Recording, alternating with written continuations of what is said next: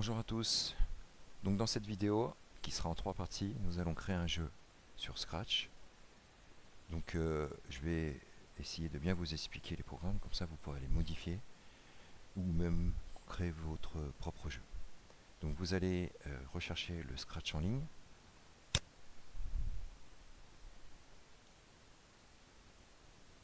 Donc vous prenez le Scratch Mitedu.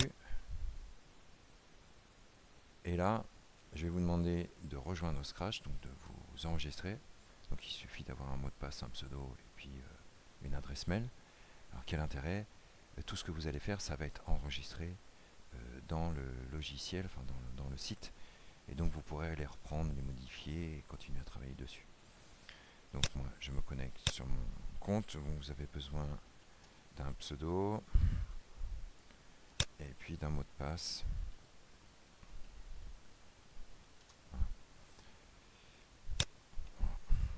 On recommence.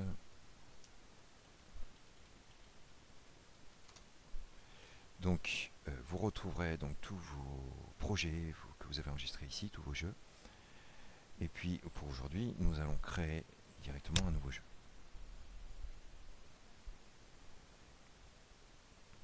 Voilà, le programme se charge. Donc voici l'interface de Scratch avec 4 parties. Donc la première avec les blocs de programmation, le programme que l'on va mettre ici, la zone de jeu qui est ici, les lutins et l'arrière-plan. Donc la première chose que vous allez faire, c'est d'enregistrer votre programme. Donc vous pouvez l'appeler le nom que vous voulez. Je vais mettre jeu 1 partie part 1. Voilà. On fait le fichier enregistrer maintenant. Il faudra le faire de temps en temps quand vous faites le programme. Donc la première chose à faire, c'est de supprimer le lutin qui est là, on n'en a pas besoin. Et nous allons chercher un nouvel arrière-plan. Donc le premier arrière-plan que nous allons utiliser va nous permettre de comprendre l'emplacement des différents éléments sur la zone de jeu. Donc on prend le XY grid. Voilà. Il y a une possibilité de mettre cette zone de jeu en plein écran ici. Voilà. Donc cette zone de jeu, et nous avons deux axes. Donc l'axe des X, donc les abscisses, et l'axe des ordonnées Y. Donc les X vont de moins 240 à plus 240. Donc ce sont des pixels, hein, des tout petits carrés. Et puis l'axe des Y, ça va de moins 180 à plus 180. Au centre, X égale 0, Y égale 0. Je vais vous demander maintenant d'aller chercher le premier lutin en cliquant ici. Et on va prendre le panier, donc qui s'appelle Ball, qui se trouve ici. Voilà.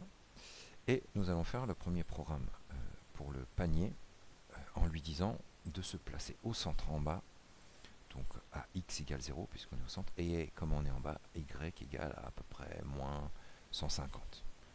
Donc on va prendre l'événement lorsque je clique sur le drapeau vert, et dans les mouvements, on va lui dire d'aller se placer à x égale 0 et y égale moins 150.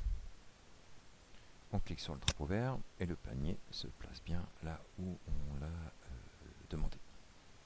Maintenant, on va faire le programme. Si j'appuie sur la flèche de gauche, le panier va à gauche, et si j'appuie sur la flèche de droite, le panier va à droite. Ça, c'est quelque chose qui va être répété indéfiniment. Donc, dans les contrôles, on va prendre le répéter indéfiniment. Ensuite, dans ma phrase, j'ai bien dit si, j'appuie sur la flèche de gauche, donc je prends un si.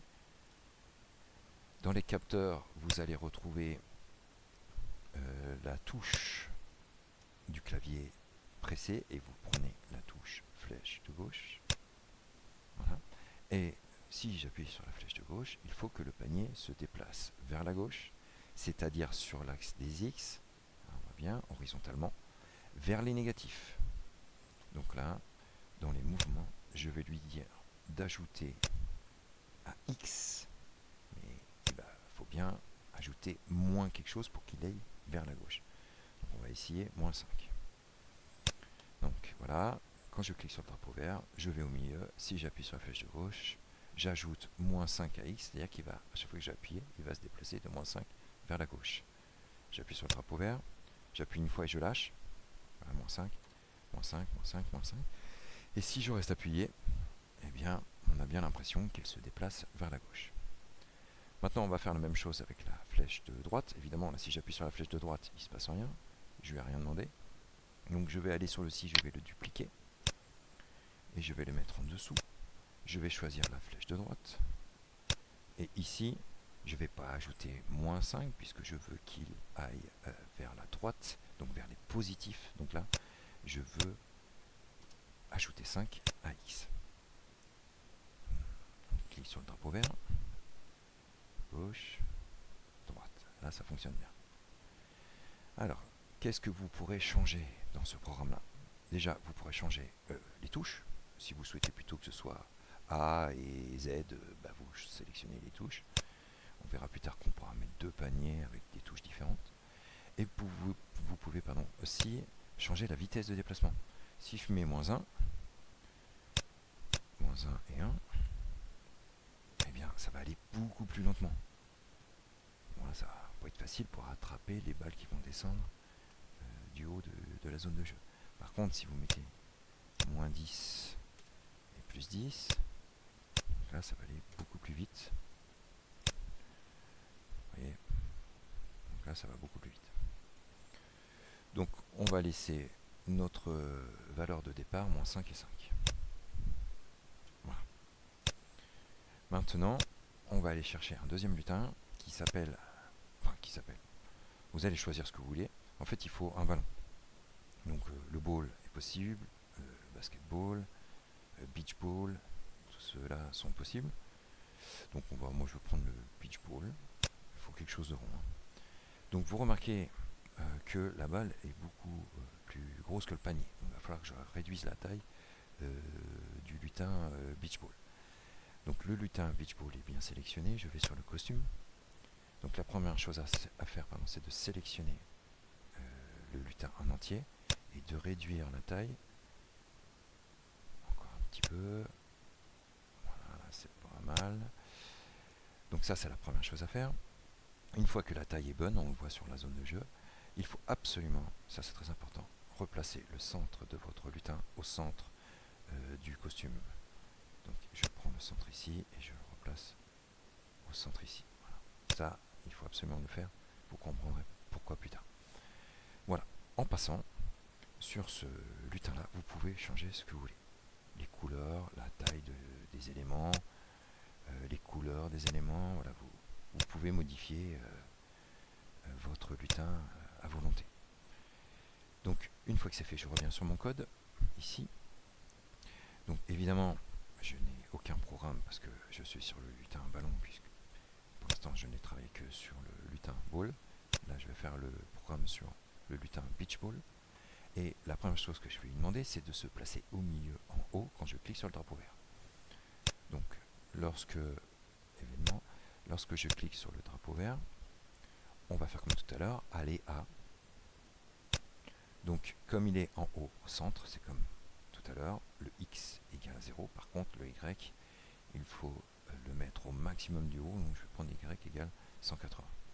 Donc, x égale 0 pour qu'il soit au centre, y égale 180 pour qu'il soit tout en haut. J'essaye. Là, il est bien placé tout en haut. Maintenant, je veux que la balle descende. Donc, je vais prendre un répété indéfiniment. Voilà. Et là, il faut que j'ajoute quelque chose, mais pas à x. Là, comme on va faire descendre le ballon, on va travailler sur l'axe des y. Et comme on va vers le bas, on va vers les moins. Donc, on va ajouter moins quelque chose à y. On va aller chercher dans les mouvements. Donc, ajouter à y.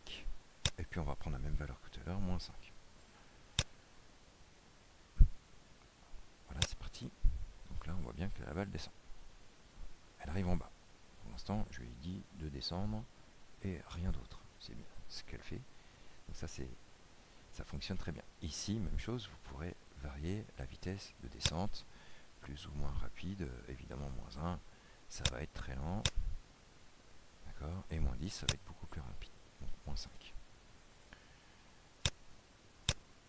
Ensuite, je veux que quand la balle arrive à peu près à Y à -170, elle remonte là-haut. Voilà comment on va faire.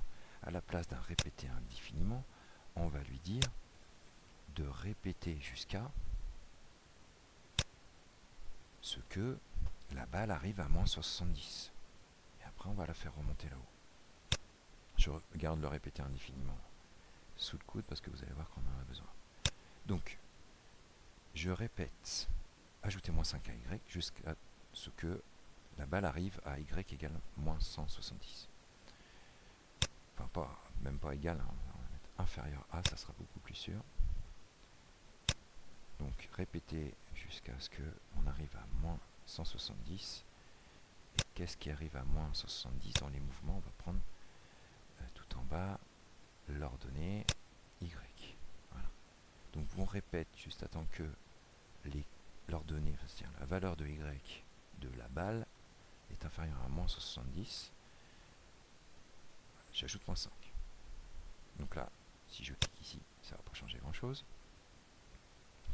Mais si je mets un répété indéfiniment de tout ça, lorsque il sera arrivé à -170, je vais remonter là-haut et hop, il va se replacer à 0 et 180.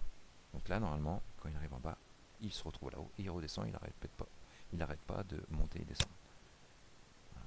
Il descend, il est là-haut, il redescend. Donc là, ça marche très bien. Évidemment, si on laisse le jeu comme ça, c'est pas la peine de bouger le panier puisqu'à chaque fois il va tomber dedans. Donc là, ce qu'il va falloir lui dire, c'est de choisir une valeur au hasard sur l'axe des X ici, entre -240 et +240. Alors on va pas aller tout à fait jusqu'à 240 et -240 parce que sinon on va voir que la moitié de la balle et ça va être un petit peu bizarre pour le jeu, donc on va aller de -230 à +230. Pour cela, vous avez dans les opérateurs un bloc qui s'appelle nombre aléatoire entre temps et temps. Donc ici on va dire -230 et 230 et on va le placer ici à la place du 0 pour qu'il puisse aller partir de n'importe où, de là à là. Et on voit bien que ça marche. Voilà, j'espère que vous avez bien compris ce programme-là. Donc on a déjà fait les deux programmes du jour. Il nous reste deux petites choses à faire.